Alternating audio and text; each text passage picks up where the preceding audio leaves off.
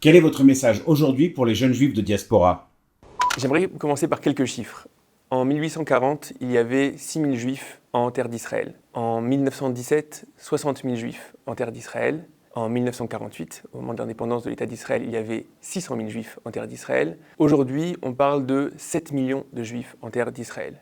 On considère qu'aujourd'hui, il y a 2 fois plus d'enfants juifs qui naissent en Israël que dans toute la diaspora. C'est-à-dire que si on prend 2 secondes le temps de réaliser, on est dans le moment de l'histoire où le centre de gravité du peuple juif est en train de passer à nouveau de l'exil, de la diaspora, vers la terre d'Israël et vers cette destinée commune qu'on est en train de construire.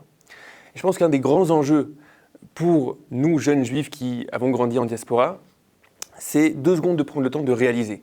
C'est-à-dire qu'aucun peuple n'a réussi à survivre pendant 2000 ans dispersé en exil. Mais encore plus, aucun peuple, après 2000 ans de dispersion, a réussi à réexister sous forme de nation, se rassembler des différents exils et monter à nouveau sur la scène de l'histoire. Donc on vit quelque chose qui est incroyable et qui est unique. Et je pense que ça demande un travail de réalisation où j'ai envie de me situer dans cette histoire-là. Je vois que l'histoire de mon peuple est en train maintenant de s'écrire en terre d'Israël. Je vois qu'on a la possibilité de décrire cette destinée commune. Comment je me positionne par rapport à ça? Où est-ce que j'ai envie finalement de contribuer? Où est-ce que j'ai envie d'avoir un impact? Et à part ça, je pense que pour un regard juif, qui est un regard de Torah, cette dimension-là de passer d'une dimension d'exil où on n'existait que sous forme d'individus ou de communautés à passer à nouveau à une dimension de peuple, c'est au final quelque chose qu'on retrouve de manière permanente dans nos textes. De manière permanente dans nos textes, on nous dit que le sujet du message juif ne peut pas être uniquement vécu sous forme d'individu ou de communauté, mais a besoin d'être vécu aussi sous forme de peuple, sous forme de société, être un modèle de société.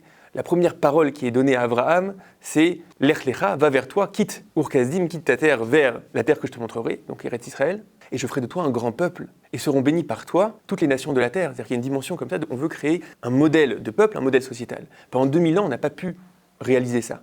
Le peuple juif a réussi à garder cette aspiration-là dans toutes ses prières, dans toutes ses fêtes, l'an prochain à Jérusalem. Même lorsque on se marie, on n'est finalement pas complet tant que Jérusalem n'est pas reconstruite. On a réussi à garder cette aspiration-là qui dit qu'on ne redéfinit pas maintenant le rôle du peuple juif. On ne dit pas que le peuple juif est fait finalement pour être des individus ou des communautés aux 4 coins du monde, mais qu'on aspire à revenir et remonter sur la scène de l'histoire et pouvoir à nouveau être un modèle de société.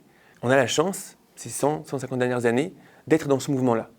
Et ça demande un temps pour réaliser et dire, est-ce que j'ai envie d'écrire une ligne de plus dans l'histoire de France, dans l'histoire d'Amérique, ou est-ce que j'ai envie d'écrire une ligne de plus dans l'histoire de mon peuple? J'ai l'impression que, pour avoir parlé avec beaucoup d'amis qui sont encore en France, que ce qu'on a vécu depuis le 7 octobre et les lumières qui sont sorties de ces ténèbres-là, la résilience de ce peuple, la grandeur de ce peuple, l'unité qui est apparue à ces moments-là, la force qui est apparue à ce moment-là, on voit de quoi ce peuple est capable lorsqu'il revient et qu'il se rassemble, des Juifs du Yémen, d'Ukraine, de partout qui se rassemblent et qui contribuent ensemble et qui font avancer les choses ensemble.